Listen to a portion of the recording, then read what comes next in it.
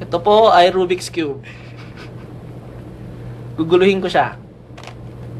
Yes, ginugulo ko. Yo. Parang gulo-gulo niya yan. Hindi ko alam kung paano guguluhin eh. Parang nabubuo Parang eh. nahihirapan ka pa manggulo. Nahihirapan ka pa manggulo ah. Yung mga orange nagkakasama. Hindi rin naman. Ayan.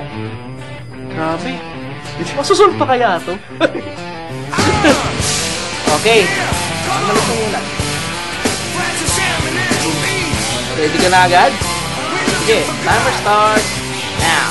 Ikaw ba'y naniniwala na ikaw'y nagkakasala? Kung sino mapagkumbabaan siya pinagpapala o bathala? Kaninong Diyos ako maniniwala? Marami napipinsala sa mga maling akala. Milagro ang nangyayari dito sa kanto.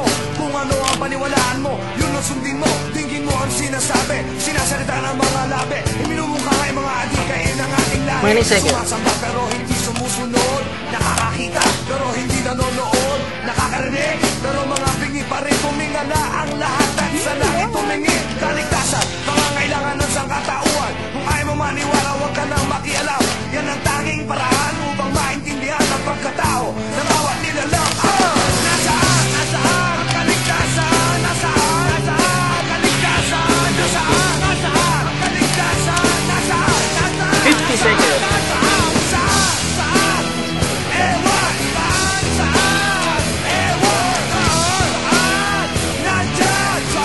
One second. Ay, 1 minute pala.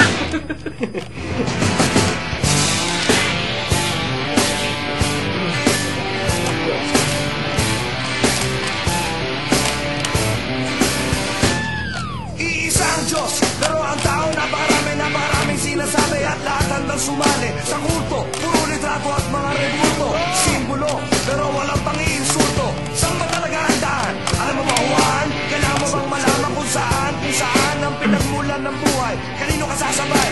Lalakad ng tuwid o may saklay? Iigay ka na parang pilay. Walang saysay ang buhay kung walang gumagabay.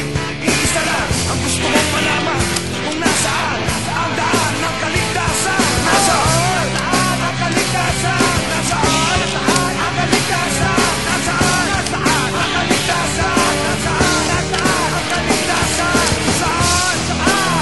Ewan! Wow! Alam mo anong time? 1 minute and 59 seconds. Ilan seconds? Hindi siya 2 minutes. Damn. Ayun!